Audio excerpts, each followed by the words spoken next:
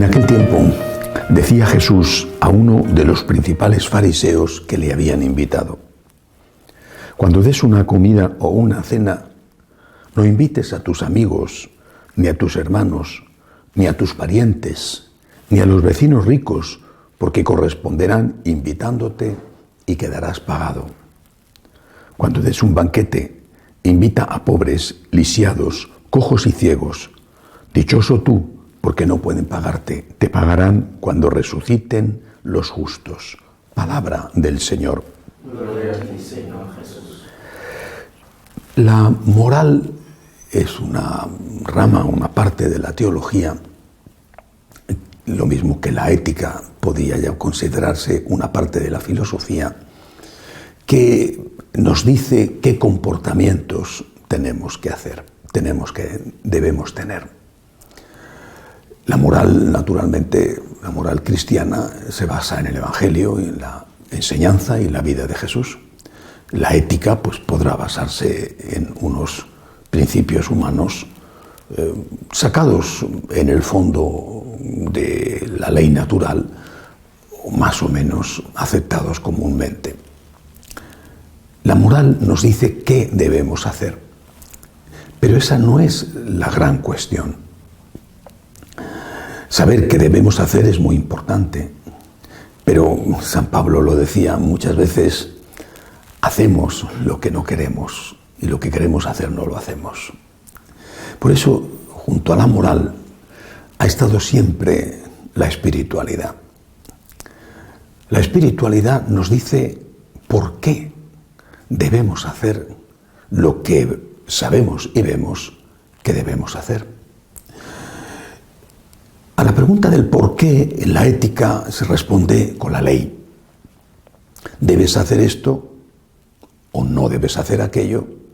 Porque hay una ley que te perseguirá si no lo haces aquí en la tierra. Si no pagas impuestos, pues te pueden meter en la cárcel o poner una multa. Si cometes un robo, igualmente. Si te saltas un semáforo y tienes un accidente o te hacen una fotografía, también te ocurrirá lo mismo. Por lo tanto, la pregunta del por qué hay que hacer las cosas la responde la ley en el caso de la ética. Pero la pregunta por qué hay que hacer las cosas la responde la espiritualidad en el caso de la moral, aunque también, por supuesto, la ley tiene una palabra que decir, por ejemplo, la ley canónica. Pero sobre todo lo responde la espiritualidad. En este caso concreto, Jesús plantea una cuestión: la limosna. ¿Por qué hay que dar limosna? Es una cuestión muy importante. ¿Por qué hay que dar limosna? Hay dos motivos para dar limosna, dos.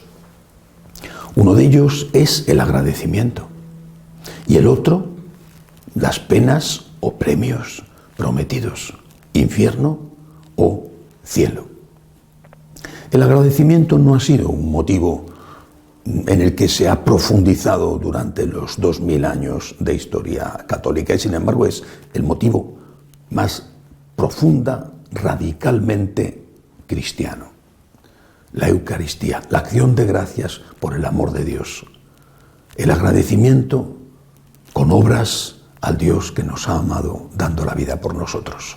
Se ha insistido mucho, en cambio, quizá porque era más fácil, más instintivo, porque se obtenían mejores resultados de una forma rápida, se ha insistido en los premios y en los castigos. El infierno, el cielo. Si haces el mal, vas a ir al infierno. Si mueres en pecado mortal, claro. Si haces el bien, mueres en gracia de Dios, vas a ir al cielo.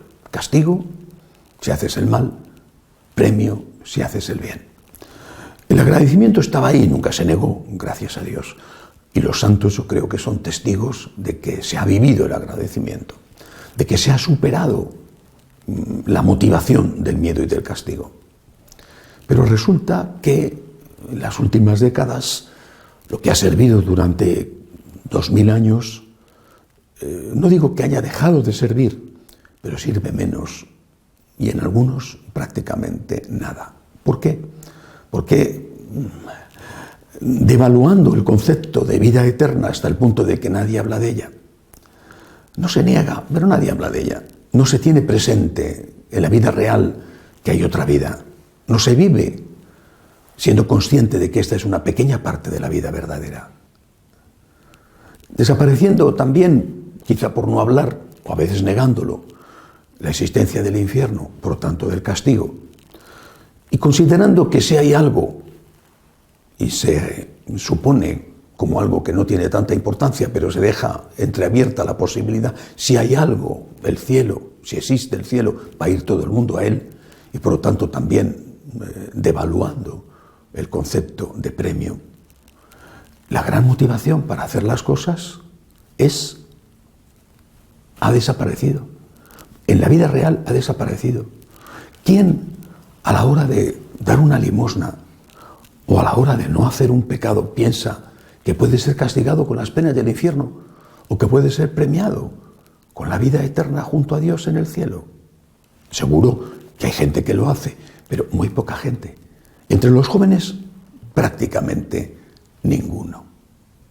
Por eso, un evangelio como este, en el que el Señor dice claramente: cuando des un banquete, invita a pobres, lisiados, cojos, ciegos, dichoso tú, porque no pueden pagarte, te pagarán cuando resuciten los justos. Un evangelio, por lo tanto, en el cual se habla del premio en la vida eterna, cae sobre nosotros como si lloviera y estuviéramos a resguardo o tuviéramos un magnífico impermeable o un gran paraguas. Nos resbala.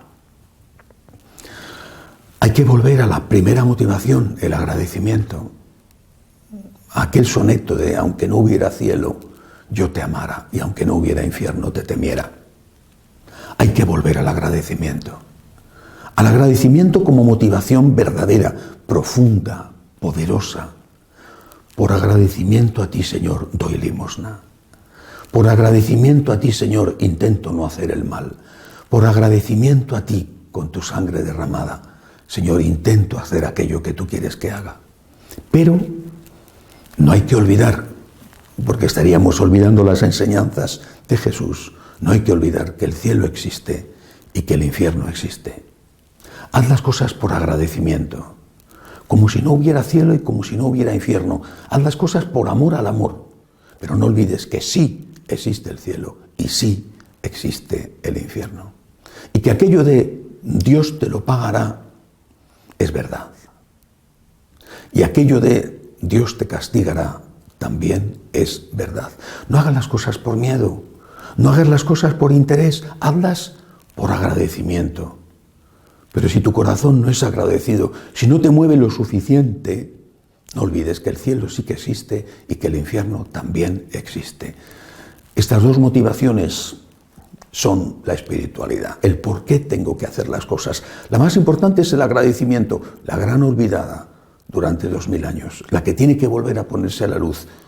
Pero no olvidemos que la otra, el interés y el miedo, también tienen que estar presentes por si acaso aquella, la más importante, no funciona. Que así sea.